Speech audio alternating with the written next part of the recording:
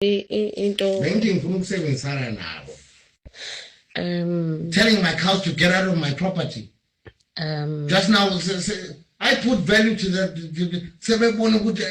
I must sell lezi. I'm going to lock you up. I'm going to make you look. I will show you to the nation. Hey, don't even try. You'll be my fucking laundry. Okay? I'm on tomorrow. Not yesterday, tomorrow. Yeah. I'm a bitch.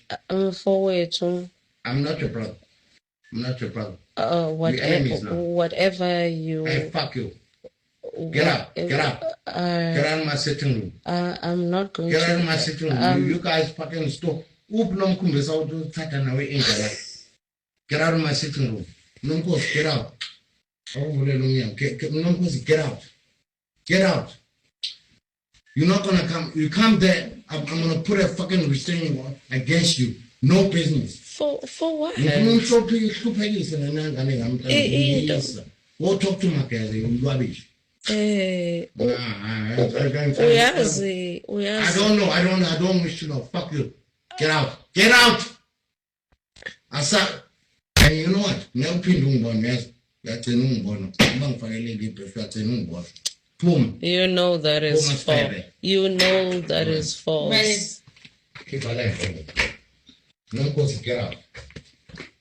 Did you just call me is Febe? Febe, get out, bitch. What will you to tell you, Febe? I've no mercy for you. His case. And tell him I'm coming for him. I'll beat him. I want to kill him actually.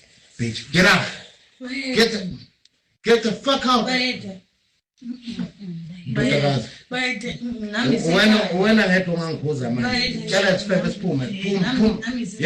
Yeah, Pullman.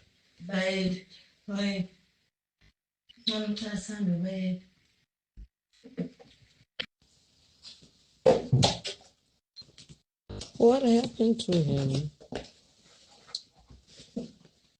What happened? Stay off my fucking property, you bitch. Repeat that again. Come and repeat it. Come and repeat it. Come and repeat it. Come and repeat it.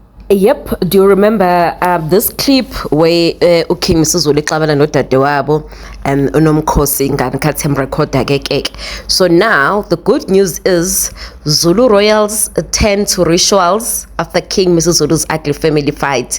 So apparently they have decided ukuthi benze umcimbi ukuze badlulise lokho. Sizokhumbula ukuthi the fight became very public after ke le audio was leaked of King Mrs. Zulu insulting uPrincess uNomkhosi ethi kwaMakhandlenkane Royal Palace.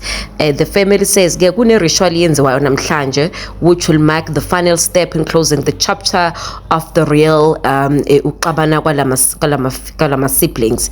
Lithi ke the Zulu royal family says it will finally close the chapter on a family fights between King Mrs. Zulu Kazwelithini and his sister Princess uNomkhosi.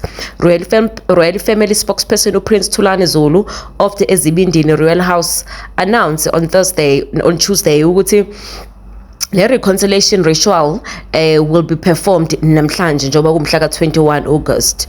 The move comes after months after i-order a clip iyalikwa lapho kwakunengxabano nje which was heated between uNomkhosi kanye neKing and wayizwakala ke lapho uKing Mrs. Zulu ethuka udadewabo emtshela ukuthi ke akaphume kwi-lounge yakwaKhalemankengane Royal Palace.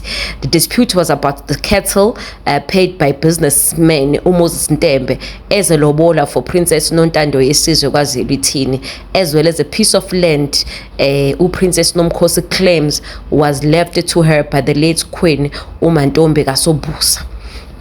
bathi-ke le ngxabano-ke yayidalwe inkomo uMoses Ntembe kusomabhizinisi lo esimaziyo okade umkhweka aka lo owashona emva nje ukuthi ingane yakhe uMoses Ntembe inayo yaginqeka noma yaphuma lapha efletini wathi aka izlahlile wayesesuntembe okay emva kwalokho kwasetholakala aka eseshonile sedutshuliwe eThekwini uyena kasomabhizinisi ke lawo welethile-ke inkomo ezolobola unontando yesizwe lapha base beyaxabana-ke noNomkhosi-ke kubangwa lezo inkomo uNomkhosi-ke waphinde wathi kunomhlaba ashiyelwa uma wakhe uMantombi kanti-ke iking yathi cha angitsheli lokho. Prince Thulani said, after the unfortunate incident that happened between His Majesty and his siblings, including the dragging of the name of his brother-in-law, the family is closing this chapter on Thursday, 21st of August, by performing a reconciliation ritual. This is the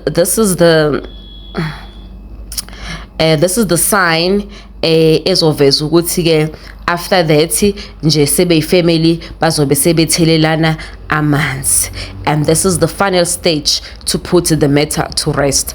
The family previously attempted to calm its tension in April, where elders tried to step in to seek peace, kodwa-ke emva kalokho kodwa-ke akubange kusasiza. Soon after the fight, it was reported ukuthi former health minister Dr. Zweli Mkhize tried to intervene naye but was blocked from getting involved in the royal argument. So at that time, the King's office said that i-order le eyayibonakala izwakala kwakuyi-argument nje endala yize-ke ama-sources asho kufamily ukuthi cha lento le ibeyintsha yenzeke khona ngoMarch.